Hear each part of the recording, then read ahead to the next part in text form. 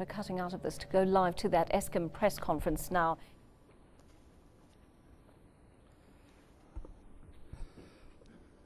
We certainly have a very sad situation and a very tragic event.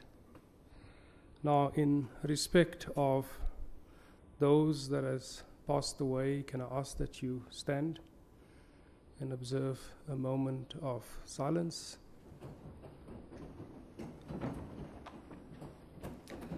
Silent meditation or a moment of silent prayer.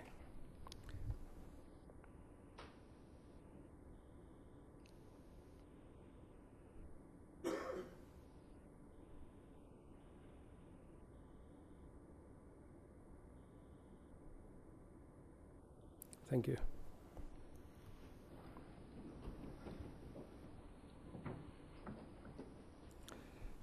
Chairman, thank you for being with us this morning, and thank you for the Eskom leadership team that's here.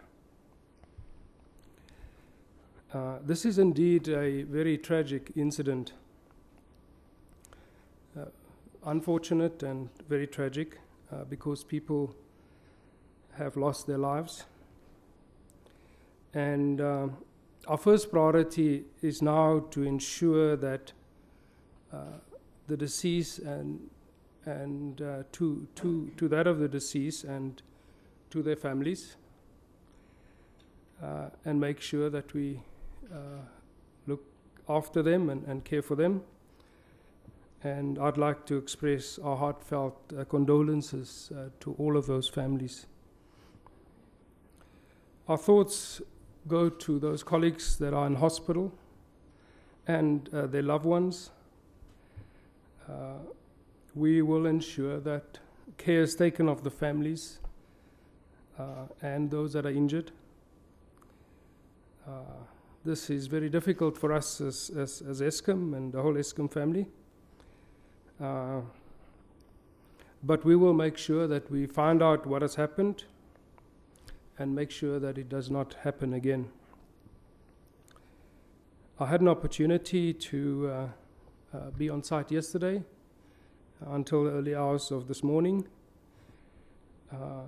I've been able to go underground to where the incident has happened.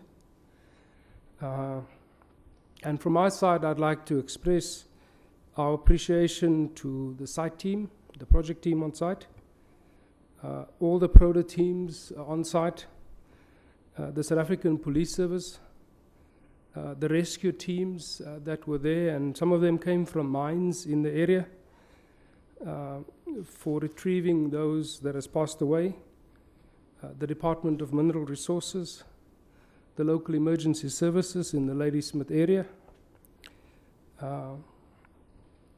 Dr. Naya and the doctors at the Laverna Hospital in Ladysmith, and all the hospital staff, and all of those that has assisted us at this time.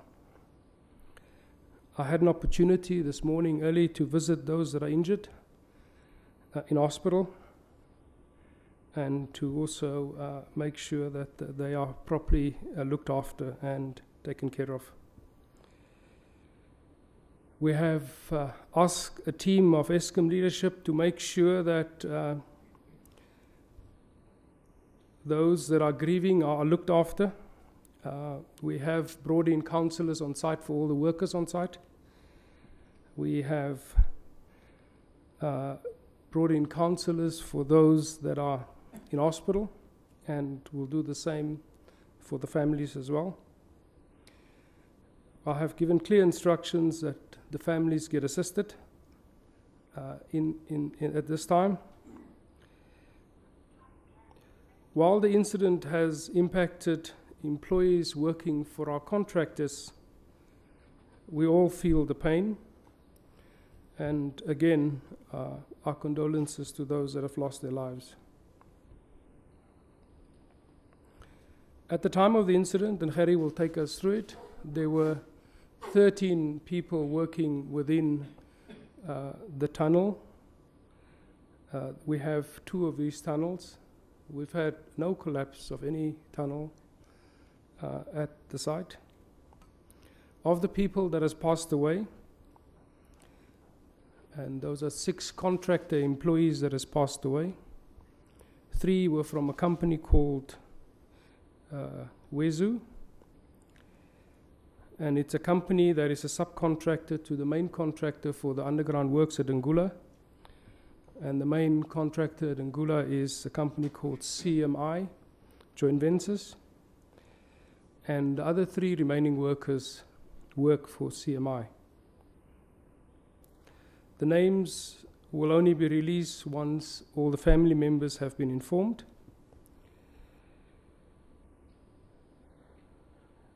Last night, this morning very early, the rescue teams were still busy with operations in making sure they deal with retrieving those that has passed away, and that is still continuing at this point in time. 4 employees are currently in hospital. They've been cared for at the Laverna Hospital in Ladysmith, and we certainly wish them a full and speedy recovery. We turn ourselves obviously to the immediately to the investigation into the causes of the incident, and I can give you the assurance that no effort would be spared to investigate this tragic incident, and that as Eskom and making sure our contractors, all of us, learn from this event. We are only now at the start of the process, so it's certainly too early to properly understand exactly what has happened and to understand the impact it would have on any of our activities. But for now, the site will remain closed until this investigation is concluded and until the Department of Mineral Resources makes a final decision on it. The health and safety of our employees and those that works for us remains our priority. At any one day at Eskom, we have 46,000 employees ourselves, and at any one day, we have close to another 40,000 employees working on our sites, working for contractors on our sites across the country.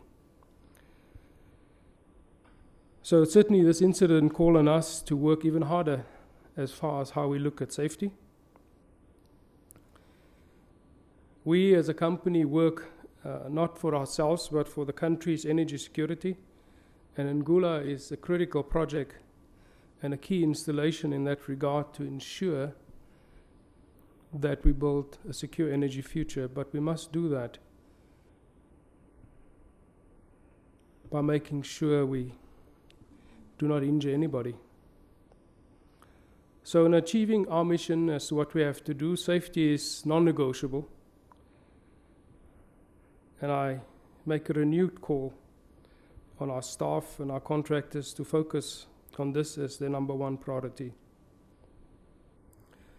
We will spare no effort in ensuring that the families are assisted, not only those from our country, but also those that come from other countries. We have called on the assistance not of these companies who these employees belong to, but also some of our own entities in these countries. And we will make sure that there's a thorough investigation conducted in this regard and take immediate remedial action. The immediate actions include I have requested a senior team of Eskom people to assist the families, and those would be the leadership of Eskom in the different provinces and our corporate team. We have started an investigation. The investigation internally will be led by an expert from outside of Eskom, and an external investigation would be led obviously under the guidance of the Department of Mineral Resources.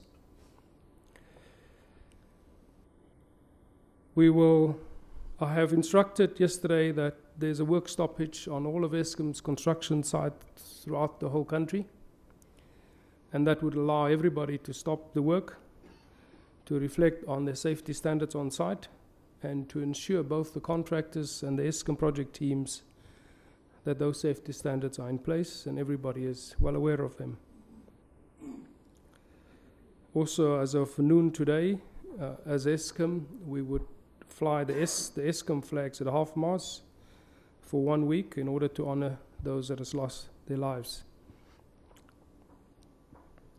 We have a key theme around safety in Eskom, and I talk to staff about this every time we meet.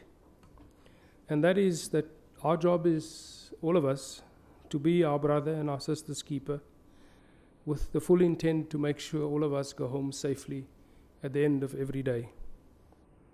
And that is what all our safety programs are aimed at. Because when an incident happens, whether it's an injury or somebody losing a limb, we can't replace it. In the case of a fatality, we can't replace that person. This is about families, this is about wives, this is about husbands, this is about children, breadwinners. And so it's very important that we make sure everybody goes home safely every day. To Eskom staff and the management, I think it's important that we renew our focus around safety and make sure that it remains our number one job.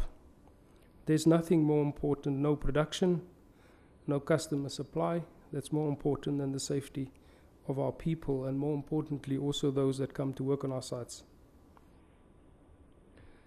But today I also would like to talk to the Eskom contractors, and particularly the leadership of these companies. And over the last few years we've been making the appeal that certainly our contracting companies and that leadership need to stand up and take accountability for their people and for the seriousness of safety in their companies. And it's very important that the leadership, right from the top of each of those that work with us, take personal accountability for safety in their companies and for their people. I think we have seen significant strides within Eskom itself around the focus in safety. We have not seen that amongst those that work for us. You're not there to make money out of Eskom. You're there to help us build this country and look after the safety of your people. We ask that you support us in our grief. We are certainly determined to make sure that those that has not died in vain, and we will use the lessons that we've learned from this tragedy to make sure that lives are safe in the future. And I can give you the assurance that we're already working on it. Thank you. News that moves. eNCA.com.